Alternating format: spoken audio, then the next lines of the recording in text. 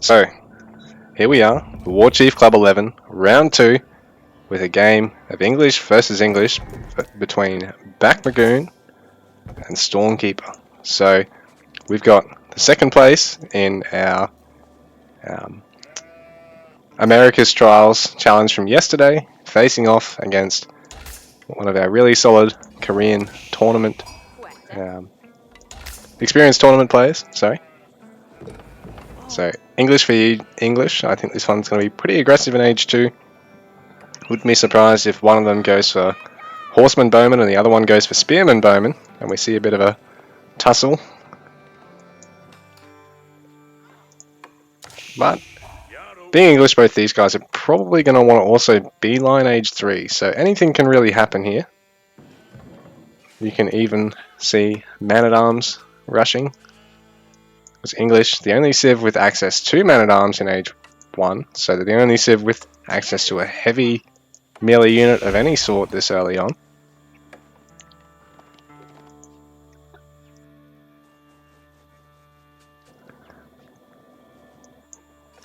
So Bakmogoon, I think might be briefly housed here.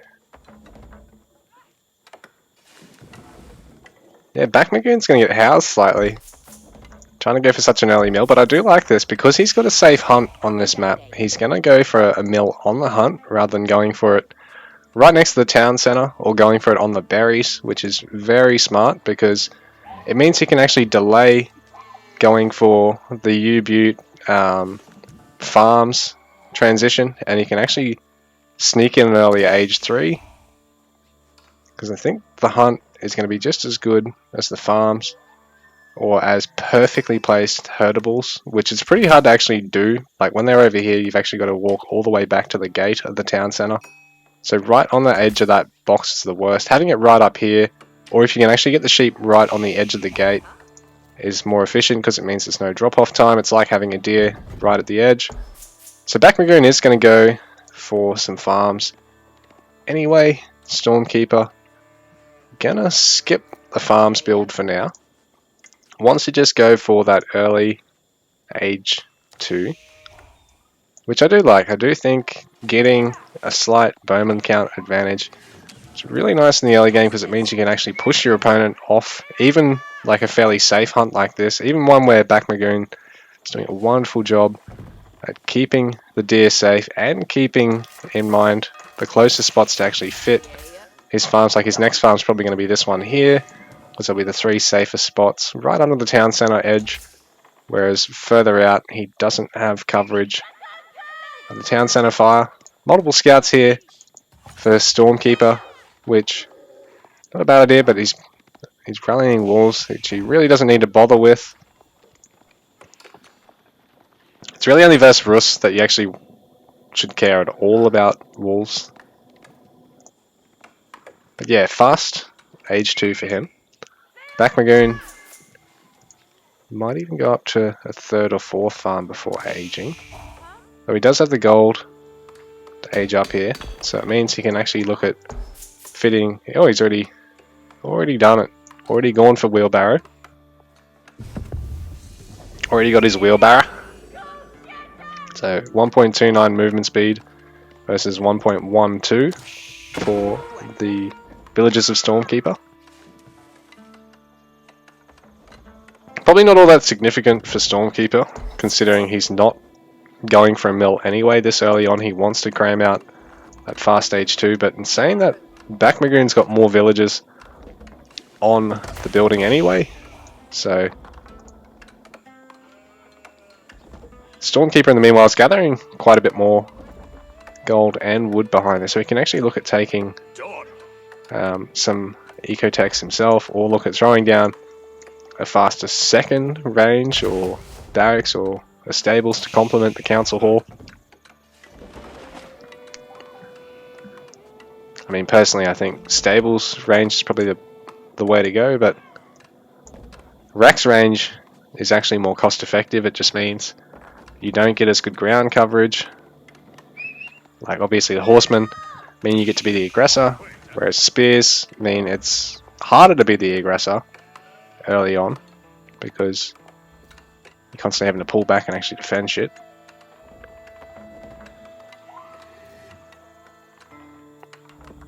But I mean, English in general is great. Got great defense between having access to early longbowmen with their extra range. And you'll often go either spears or stables. So you've got nice defense. You got town center that actually has extra damage compared to other town centers, and you've got outposts that actually give you attack speed buff, so you're really incentivized to actually put them down around anything that's likely to be attacked. And it's part of the reason why the English aggression nearly always involves use of towers. I mean, use of outposts, because they do give you that attack speed buff. You can garrison stuff in them, and you can always start getting the upgrades so that they deal damage in their own right. Or if you fortify them, they get stupid strong. So Bakmogoon adding some extra farms now. That was wrong, he didn't need to add them earlier.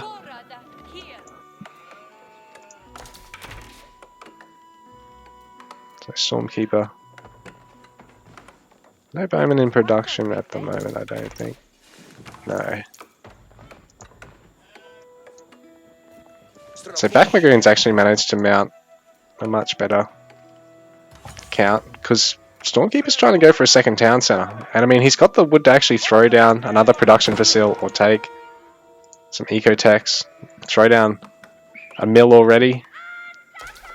So Bakmogoon going to be able to push out, pick off one of his scouts.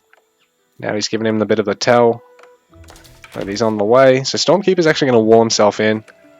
Not a bad idea, but I mean, he's a little slow on the stone he needs to actually get this town center out. Actually, no, so he had enough stone. He's overgathered slightly. Nothing too inconsequential though, because it's not going to be too hard for him to defend this if he can get this tower up in time. And he is locking up Bakmogoon's bows with the scout in the meantime, taking a bit of damage, retreating. So some nice control of the situation there, because I think he will get this tower up in time.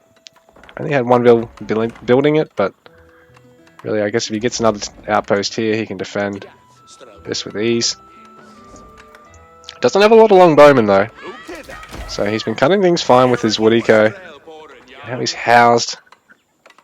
He doesn't have a oh no, Bakmogoon's house, sorry. So Bakmogoon's struggling to get his house is up in time. This one will go up in time though. But he's really forced Stormkeeper to have to wall himself in. But 2 TC is going to be nice once it ramps up. But ooh, this is bad because Stormkeeper's overqueued Vils in one town center, hasn't got any queued up in the other just yet. And really probably could make use of some more production, get either a second range or a stables right here, right now, because he's going to need it to actually defend against these longbows of Bakmogoon. He doesn't want to be fighting with a smaller unit count, because Bakmogoon will be slowly able to push and overrun him. Do like this, but the Vils are a bit precariously placed and one does go down. Yeah, Stormkeeper really probably could pull these, well, pull 2 of the gold villages off. Maybe just leave 1 on there, so you can grab ecotechs. You've got, so you can have the gold too. But he really probably needs to get another production facility at this stage, just to get another, either a stable so he can really attack the longbows and engage them, or just a second range just so he wins the trades at this point, because Bakmogoon really pushing on him and punishing him for having gone for second town center so early. In saying that, Vil counts are 30 to 30. They're locked up, even though Bakmogoon sniped a Vil or 2, because Stormkeeper started that double production a little bit slow on the second town center and a little bit overqueued in the first, but it's nothing huge. And now he's starting to add the stables. But like I said, I think he probably should have already had a second range or the stables by now, just to sort of prevent this situation where Bakmogoon has an advantage in the archer count He's up by 4 longbowmen, so he's free to actually stop and build rams and build outposts. And there's not really a lot Stormkeeper can do to actually engage this. As soon as he leaves town center fire, he's going to take a really tough trade. So once you're the defender, the onus is on you to really try and get the unit count advantage to get out of the situation. Because obviously while your opponent's still on 1 town center, you are eventually going to overwhelm him economically. So you might as well just commit to a huge H2 army to win the fight. Not worry about going Age 3 until you see him do it, because you're going to have the eco to sacrifice more vills into building. And now this is really tough for Stormkeeper, because Bakmogoon going to be able to add another tower here after taking his opponents out, and he'll be able to make use of the attack speed advantage.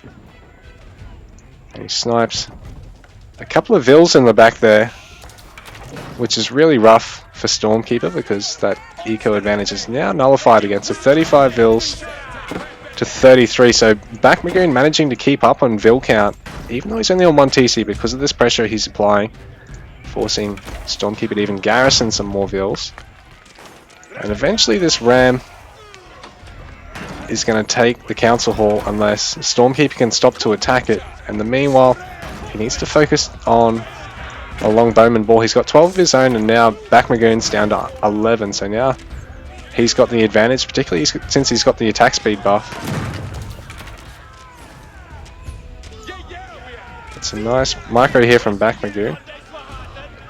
Now here we go, there's some horsemen in the mix for Stormkeeper. He can really look at turning this around, because now Bakmogoon has to look at adding either his own stables or adding a barracks, which makes it hard because you're not going to be able to then re-engage the bows like the horsemen can. And this is a bit of a bad fight for Stormkeeper in a sense, because he probably should have had the bows just chase the longbows of Bakmogoon, because he just dropped his horsemen trying to do so. So Bakmogoon, a really nice fight there, because yeah, he got the horsemen, which are a little bit more expensive. They're 120 versus, what is it, 90 for the longbowmen, which cost 10 extra resources over regular bowmen. I mean, over regular archers, but they've got an extra damage and they've got an extra range. So obviously not of any consequence in this, because it's a mirror. But now Bakmogoon is again trying to push forward, and he's going to snipe another couple of vills while trying to take the fight as well. A couple of those attacking the lumber camp, not all that great, but he is forcing plenty of garrison time here on Stormkeeper, and he is going to eventually be able to take down this council hall. So we've got 10 bows to 8 at the moment. So Bakmogoon doing a wonderful job at maintaining his bow count behind the Stormkeeper. If he loses this council hall, it's all over. He's gone up to double stables, but he's also probably going to need to add a range and repair the council hall, and then look at going to Age 3. So we've got 41 vills for Bakmogoon, Stormkeeper on 36. So Bakmogoon, even though he's on 1 town center, has managed to snipe enough vills that he's actually ahead in vill count over Stormkeeper still. And now with double ram damage, although this first one may go down, he might be able to get this council hall. I think he will actually. He's definitely won the bow fight there. And so Bakmogoon fighting with ranged damage and armor versus just ranged armor for Stormkeeper at the moment. Things looking really rough for Stormkeeper. Bakmogoon even getting melee damage behind this, because he wants to transition to, I guess, going Age 3. Has he got that on the way? No, not really yet. He's just pressuring. But even still, he's going to switch to spears as well. So having melee damage and ranged armor at this point really useful, because he can shield from the horsemen quite effectively. There's ranged armor for the horsemen of Stormkeeper, which is nice for him. But he doesn't have melee damage, so he's not going to be able to lay waste to the bowmen quite as quickly as the spears are going to be able to lay waste to the horsemen. Obviously the spears are going to have a bit of a hard time under bowman fire, while horsemen not so much, given their speed, slightly more health than spears, and the fact that they're not getting counter multiplier damage against them. But even still, it's going to be a little bit tough for the spears. I mean, it's going to be a little bit tough for the horsemen to engage the spears, given that upgrade disadvantage. I think the unit count is really favouring Bakmogoon now these days. This far into the game now. So yeah, 84 pop to 47. It's going to be a really tough sell for Stormkeeper. Bakmogoon's even just going to focus his houses at this point because he knows if he can house him, which is really probably not such a huge problem at the moment for Stormkeeper because he's got so much pop space, but if he was any more, getting housed here could be drastic and then sort of force him into an army size like this the moment he takes a bad fight. But now the Rams are going to stack up. Bakmogoon's thinking, bugger it, I think I do have enough just to push. I don't think Stormkeeper's got enough left behind this, so he is going to go for triple ram onto the TC. And without the villagers actually out burning the Rams, if the garrison inside the TC, they're going to be great against everything except the Rams. While this is focusing the Rams, ooh, there we go. So Stormkeeper now he's going to try and set the Rams ablaze, but he still needs to keep some vills in the TC just to actually focus down the bowmen. And GG, Bakmogoon takes the game and progresses through to the semi-final, I believe. Winners semi-final, sorry.